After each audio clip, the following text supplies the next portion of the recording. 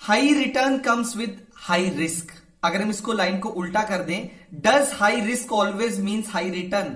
तो इस पॉइंट के साथ मैं थोड़ा सा डिसएग्री करना चाहूंगा आप सब लोगों के साथ कि हमेशा अगर आप ज्यादा रिस्क लेते हैं इसका मतलब ये नहीं है कि हमेशा आपको ज्यादा रिटर्न मिलेगा ही मिलेगा।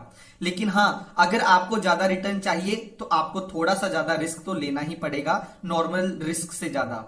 तो ये सब पॉइंटर्स मैं आपको क्यों बता रहा हूं, क्योंकि बहुत से रिटेल इन्वेस्टर्स गलती ये करते हैं कि बहुत बार ये सोच के सिर्फ इन्वेस्टमेंट कर देते हैं रिस्की एसेट्स के अंदर कि उनको ज्यादा रिटर्न मिलेगा। लेकिन ज्यादा रिटर्न बनाने के चक्कर में जो उनको नॉर्मल 8 से 10% रिटर्न मिलता है अच्छे स्टॉक्स में, अच्छे एसेट्स में इन्वेस्ट करके, वो रिटर्न भी उनके जाने के चांसेस हो जाते हैं। मतलब कि उसको तो लूज करते ही करते हैं, लेकिन कुछ ऐसी कंपनीज में बहुत बार इन्वेस्टमेंट कर लेते हैं जो उनके पैसे को डुबा भी देता है। लेकिन ये तो हुआ जस्ट एक लर्निंग पार्ट जो मैं आपको बताना चाहता था, क्योंकि रिसेंट के टाइम में बहुत सी ऐसी चीजें हुई हैं जहां पे आपने बहुत सारे पैसे हो सकता है गवाए होंगे। तो ये लर्निंग आपके लिए बहुत ज्यादा इंपॉर्टेंट है। चलिए अब मैं चलता हूं आज की वीडियो के ऊपर, जिसमें मैं बात करने वाला हूं एक ऐसी कंपनी के बारे में, अगर आपने वहां पे थोड़ा सा ज्यादा रिस्क लिया होता तो शायद वो कंपनी असली में आपको ज्यादा रिटर्न दे देती। इस कंपनी का नाम है अदानी ग्रीन्स। लेकिन अब क्वेश्चन ये खड़ा होता है कि क्या आने वाले टाइम में या क्या अभी भी मैं इस कंपनी में इन्वेस्ट कर सकता हूं, मुझे इन्वेस्टमेंट करना चाहिए। अगर मैंने इन्वेस्टमेंट किया हुआ था, मेरा 1000% रिटर्न बन गया है, तो क्या मुझे यहां से एग्जिट कर देना चाहिए। तो इस वीडियो में हम बात करेंगे अलग अलग फैक्ट्स के बारे में, करेंगे फंडामेंटल एनालिसिस, ताकि आपको पता चल सके कि इस टाइम पे as a investor, as a potential investor आपको क्या करना चाहिए, आपको इन्वेस्टमेंट करना चाहिए, नहीं इन्वेस्टमेंट करना चाहिए। तो चलिए आज इस वीडियो में डिस्कशन करते हैं अदानी ग्रीन्स के बारे में, करेंगे इसका फंडामेंटल एनालिसिस।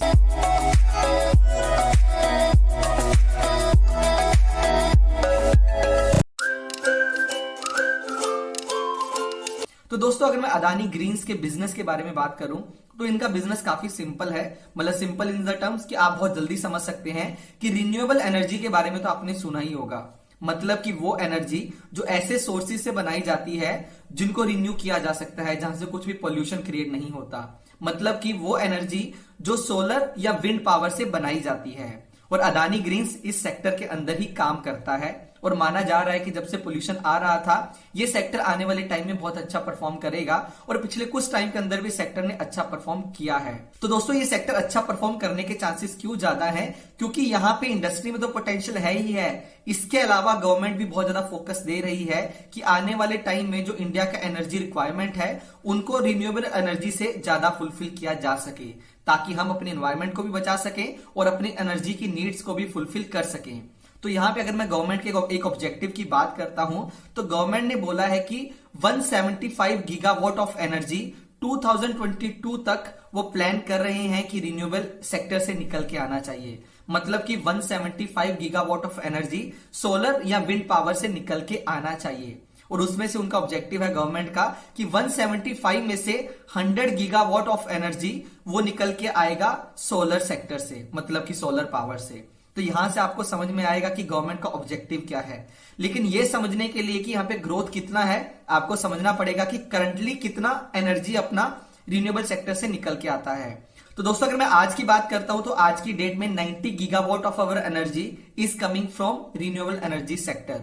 मतलब कि ये करंटली 90 गीगावाट्स है, आने वाले टाइम में ये बढ़ के 175 गीगावाट हो सकता है, जो गवर्नमेंट का ऑब्जेक्टिव है बाय 2022। तो यहां से आपको समझ में आएगा कि यहां पे जो ग्रोथ पोटेंशियल है वो कंपाउंडेड एनुअल रेट पे कितना ज्यादा हो सकता है आने वाले टाइम में। अगर मैं आज की बात आपको बताता हूं तो 90 गीगावाट्स में से सिर्फ 37 गीगावाट करंटली सोलर सेक्टर से निकल के आता है, जिसको 37 से आने वाले टाइम पे 100 पे लेके जाना है। ऑलमोस्ट 3 गुना बढ़ने के चांसेस है यहाँ पे आने वाले टाइम में। तो ये तो मैंने बात की रिन्यूएबल सेक्टर की, क्योंकि मैं रिन्यूएबल सेक्टर के बारे में आपको सबसे पहले इसलिए बताना चाहता था क्योंकि ये कंपनी कंप्लीटली उस सेक्टर में काम करती है। अगर वहां पे ग्रोथ आएगी तो डेफिनेटली ये कंपनी में आने वाले टाइम में ग्रो करेगी। और पिछले कुछ अगर हम टाइम की बात करते हैं तो रिन्यूएबल सेक्टर में एक अच्छी ग्रोथ देखी गई है, जिसका फायदा डायरेक्टली हमें इस कंपनी के अंदर भी देखने को मिलता है कि कंपनी ने काफी एक्सपेंशन किए, कंपनी ने काफी दूसरी कंट्रीज के अंदर भी खुद को एक्सपेंड किया। और जब सेक्टर में ग्रोथ आई कंपनी के बिजनेस में ग्रोथ आई तो उसका ग्रोथ का असर हम इसके शेयर प्राइस के अंदर भी देखने को मिलता है, जिसके चलते अगर आपने यहाँ पे इन्वेस्टमेंट किया होता तो आपको एक अच्छी रिटर्न मिली होती पिछले कुछ टाइम के अंदर। चलिए दोस्तों, मैं जल्दी से आपको दिखाता हूं कि पिछले कुछ टाइम के अंदर कितनी ग्रोथ हुई है, जो मैंने आपको अभी नंबर्स के टर्म्स में बताया था, और आने वाले टाइम में प्रोजेक्टेड ग्रोथ क्या है। और ये नंबर्स मैंने कहां से लिए हैं, ये सारी डिटेल्स मैंने ली है अदानी ग्रीन्स की एनुअल रिपोर्ट से, ताकि आपको सही वो नंबर दिखा सकूं जो कंपनी ने प्रोजेक्ट करके दिखाए हैं अपने इन्वेस्टर्स को। तो दोस्तों, जैसे कि आप मेरी स्क्रीन पे देख सकते हैं, इंडिया रिन्यूएबल एनर्जी का इंस्टॉल्ड कैपेसिटी का यहाँ पे हिस्टोरिकल सीएजीआर रहा है 17% का फ्रॉम मार्च 2016 टू मार्च 2020। 17% का सीएजीआर होना एक बहुत बड़ी बात होती है, लेकिन अगर हम मार्च 20 से लेकर मार्च 30 की बात करते हैं तो यहाँ पे जो प्रोजेक्टेड सीएजीआर है वो 18% का है। मतलब कि मार्च 2022 तक 175 तक हमारी इंस्टॉल्ड कैपेसिटी होनी चाहिए, लेकिन मार्च 30 तक ये नंबर बढ़ के 450 गीगावाट्स तक जाने के चांसेस बन रहे हैं। तो दोस्तों, ये तो बात हुई कि पूरे सेक्टर के में ग्रोथ कैसी देखी जा सकती है, लेकिन अब आपको देखना चाहिए कि सेक्टर की ग्रोथ का तो आपको समझ में आ गया, लेकिन अब आपको देखना है कि इस कंपनी की ग्रोथ कैसे देखी जा सकती है। अगर ये पूरी इंडस्ट्री ऐसे ग्रो करती है, पूरा सेक्टर ऐसे ग्रो करता है, तो अदानी ग्रीन्स के अंदर हमें कितनी ग्रोथ देखने को मिल सकती है। चलिए उसका भी मैं आंसर करता हूं, आपको अपनी स्क्रीन के ऊपर लेके जाता हूं। तो यहां पे आप देख सकते हैं कि अदानी ग्रीन्स का रिन्यूएबल इंस्टॉल्ड कैपेसिटी कितना रहा है फ्रॉम मार्च 16 टू मार्च 20। तो मार्च 16 में 0.3 गीगावाट्स इनका एनर्जी कैपेसिटी हुआ करता था, जो करंटली बढ़ के 2.5 गीगावाट्स हो गया है। मतलब कि मार्च 20 तक इन्होंने अपना सीएजीआर से जो ग्रोथ किया है वो 67% का है। 67% का सीएजीआर ग्रोथ हर साल में होना कोई भी मजाक की बात नहीं होती है, लेकिन अगर हम इसको मार्च 20 से लेके मार्च 25 तक प्रोजेक्ट करते हैं तो यहां पे आप देख सकते हैं कि इनका जो प्रोजेक्टेड सीएजीआर ग्रोथ है आने वाले टाइम में वो 60% के आसपास का है।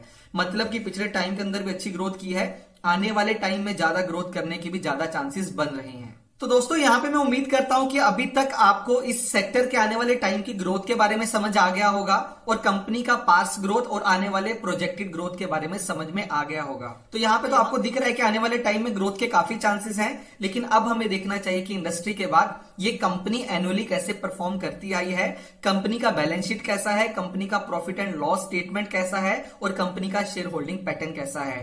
क्योंकि हो सकता है कि यहां से हम कुछ ऐसे रेड फ्लैग्स आइडेंटिफाई कर लें जिसके ऊपर डिटेल में रिसर्च करना एज ए इन्वेस्टर आपके लिए बहुत ज्यादा जरूरी हो सकता है। तो चलिए सबसे पहले मैं बात करता हूं शेयर होल्डिंग पैटर्न की, जहां से आपको समझ में आएगा कि मेजर स्टेक इस कंपनी का या तो इनके प्रमोटर्स के पास है या फॉरेन इंस्टीट्यूशनल इन्वेस्टर्स के पास है। जैसे कि मैंने आपको हमेशा समझाया था, तो प्रमोटर्स के पास अगर स्टेक ज्यादा है ये तो एक अच्छी बात है, लेकिन आपको ये भी देखना चाहिए कि क्या प्रमोटर्स ने अपने स्टेक को प्लेज किया है, नहीं प्लेज किया। तो अगर हम अदानी ग्रीन्स की बात करते हैं तो प्रमोटर्स ने अपने स्टेक को प्लेज किया हुआ था पिछले कुछ टाइम के अंदर। तो दोस्तों, अगर मैं सितंबर 2019 की बात करता हूं तो टोटल प्रमोटर स्टेक में से 42% of the stake was pledged. मतलब कि काफी बड़ा प्लेज था उनके शेयर्स का, मतलब कि इन्होंने अपने जो प्लेजिंग है उसको काफी नीचे लेके आए हैं पिछले कुछ टाइम के अंदर, जिसको एक पॉजिटिव पॉइंट माना जा सकता है, क्योंकि कंपनी ने अच्छा परफॉर्म किया था, कंपनी के शेयर की वैल्यू बढ़ी थी, और जिसके चलते प्रमोटर्स ने अपने शेयर प्लेजिंग को कम किया है। इसके बाद दोस्तों, अगर मैं बात करता हूं कंपनी के प्रॉफिट एंड लॉस स्टेटमेंट की, तो कंपनी का जो नेट रेवेन्यू है वो लगातार बहुत एक्सपोनेंशियली बढ़ रहा है, जो कि एक पॉजिटिव पॉइंट है कंपनी के लिए। इसके अलावा अगर हम बात करते हैं ऑपरेटिंग प्रॉफिट मार्जिन का, वो रिसेंट के क्वार्टर में 60% से ऊपर है, जो कि एक और पॉजिटिव चीज है।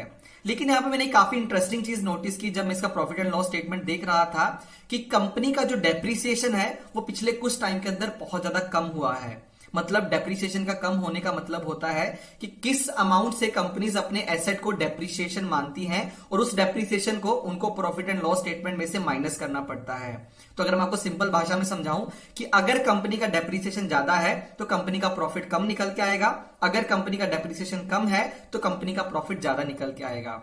लेकिन जब मैंने थोड़ा डीपर जाके इसका रिसर्च करने का ट्राई किया, जब मैंने कंपनी का एनुअल रिपोर्ट पढ़ा, तो मुझे पता चला कि कंपनी ने अपने डेप्रिसिएशन करने के तरीके को चेंज किया है, जिसकी वजह से कंपनी का डेप्रिसिएशन पिछले कुछ टाइम के अंदर काफी कम हुआ है, जिसकी वजह से इनका नेट प्रॉफिट जंप हुआ है।